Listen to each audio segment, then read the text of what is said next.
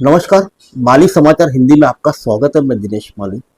288 सीटों के लिए चुनावी मैदान में 4140 प्रत्याशी, 2019 की तुलना में 28% ज्यादा उम्मीदवार।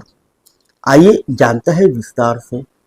महाराष्ट्र की विधानसभा की 288 सीटों के लिए कुल 4140 उम्मीदवार चुनावी मैदान में है। सोमवार को नामांकन वापस लेने की समय सीमा समाप्त होने के बाद एक चुनाव अधिकारी ने यह जानकारी दी। मतदान 20 नवंबर को एक चरण में होंगे। नतीजे 23 नवंबर को घोषित किए जाएंगे। चुनाव अधिकारी ने बताया कि 288 सीटों के लिए हमें 7078 मान्य नामांकन पत्र प्राप्त हुए थे। इनमें से 2938 उम्मीदवारों ने नामांकन वापस ले लिया, जिसके बाद 4140 उम्मीदवार चुनावी मैदान में हैं। यह संख्या 2019 में 3239 उम्मीदवार की तुलना में 28% अधिक है।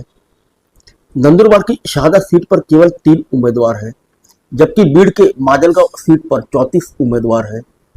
मुंबई की 36 सीटों पर 420 उम्मीदवार चुनाव लड़ेंगे, जबकि पुणे के 21 सीटों पर यह संख्या 303 है। कांग्रेस की उम्मीदवार मधुरिमा राजे छत्रपति ने कोल्हापुर उत्तर सीट पर अपना नामांकन वापस ले लिया है, जिससे पार्टी को निराशा हाथ लगी। वहीं भाजपा गोपाल शेट्टी को मुंबई की बोरीवली सीट पर टिकट वापस लेने के लिए मनाने में सफल रही। मुंबई की माहिम सीट से शिवसेना के उम्मीदवार सदा सरवणकर ने पार्टी नेतृत्व के दबाव के बावजूद अपना नामांकन वापस नहीं लिया। माहिम सीट पर सदा सरवणकर का मनसे प्रमुख राज ठाकरे के बेटे अमित ठाकरे के खिलाफ चुनावी मैदान में है, जिन्हें भाजपा का समर्थन हासिल है। भाजपा महायुति गठबंधन का हिस्सा है, जिसमें एकनाथ शिंदे की शिवसेना, अजित पवार की राष्ट्रीय कांग्रेस पार्टी शामिल है। कोल्हापुर में सतेज पाटिल ने मधुरिमा राजे छत्रपति के चुनाव के पीछे हटने पर नाराजगी जताई। इससे कांग्रेस को पश्चिम महाराष्ट्र के एक मजबूत क्षेत्र में अपना प्रतिनिधित्व खोना पड़ा। पाटिल ने कहा कि अगर उनमें साहस नहीं था तो उन्हें चुनाव नहीं लड़ना चाहिए था। मैं अपनी ताकत दिखाता। अहिल्यानगर की श्रीगोंदा सीट पर भाजपा की उम्मीदवार प्रतिभा पाचपुते ने भी अपना नामांकन वापस ले लिया और अपने बेटे विक्रम सिंह पाचपुते के लिए नामांकन पत्र जमा किया। विक्रम सिंह राज्य भाजपा युवा मोर्चे के उपाध्यक्ष हैं। पूर्व सांसद ने बोरीवली से एक निर्दलीय उम्मीदवार के रूप में अपना नामांकन वापस लिया। उन्होंने भाजपा उम्मीदवार संजय उपाध्याय का समर्थन करने की घोषणा की। शेट्टी ने 2014 और 2019 में मुंबई उत्तर लोकसभा सीट पर 4 लाख से अधिक मतों से जीत हासिल की।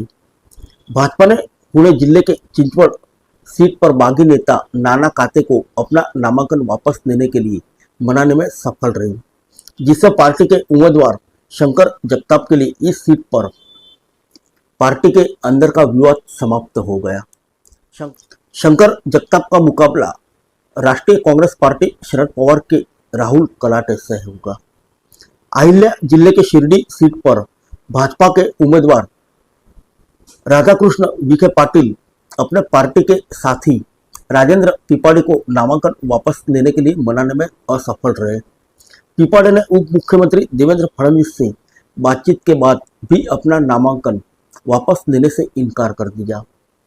पुणे से कांग्रेस के लिए अच्छी खबर आई, जब मुख्तार शेख ने कस्बा पेट सीट से अपना नामांकन वापस ले लिया और पार्टी के उम्मीदवार रविंद्र ढांगेकर का समर्थन करने का ऐलान किया।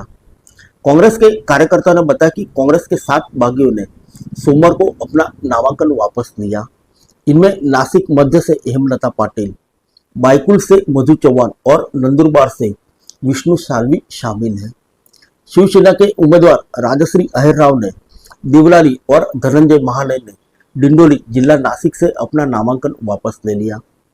शरद पवार की अगुवाई वाली पार्टी के पदाधिकारी के मुताबिक नाम वापस लेने की समय सीमा खत्म होने के बाद केवल 2 राष्ट्रीय कांग्रेस पार्टी शरद पवार बागी चुनावी मैदान में है। भाजपा 148 सीटों पर चुनाव लड़ रही है, जबकि उसने अपने सहयोगी को 4 सीटें दी। उसकी महायुति सहयोगी राष्ट्रीय कांग्रेस पार्टी 52 सीटों पर चुनाव लड़ रही है। शिंदे के नेतृत्व वाली शिवसेना ने 80 सीटों के लिए अपने उम्मीदवार के नाम जारी किए, लेकिन नाम वापसी के बाद संख्या को लेकर भ्रम पैदा हो गया। कांग्रेस 102 सीटों पर चुनाव लड़ रही है। शरद पवार के नेतृत्व वाली राष्ट्रीय कांग्रेस पार्टी 87 सीटों पर चुनाव लड़ रही है, जबकि उसने भारतीय कम्युनिस्ट पार्टी को 2 सीटें दी है। शिवसेना उबीटी के उम्मीदवार की सटीक संख्या उपलब्ध नहीं है। फिर मिलेंगे अगले बुलेटिन में अन्य किसी खबर के साथ। तब तक के लिए इजाजत दीजिए। नमस्कार।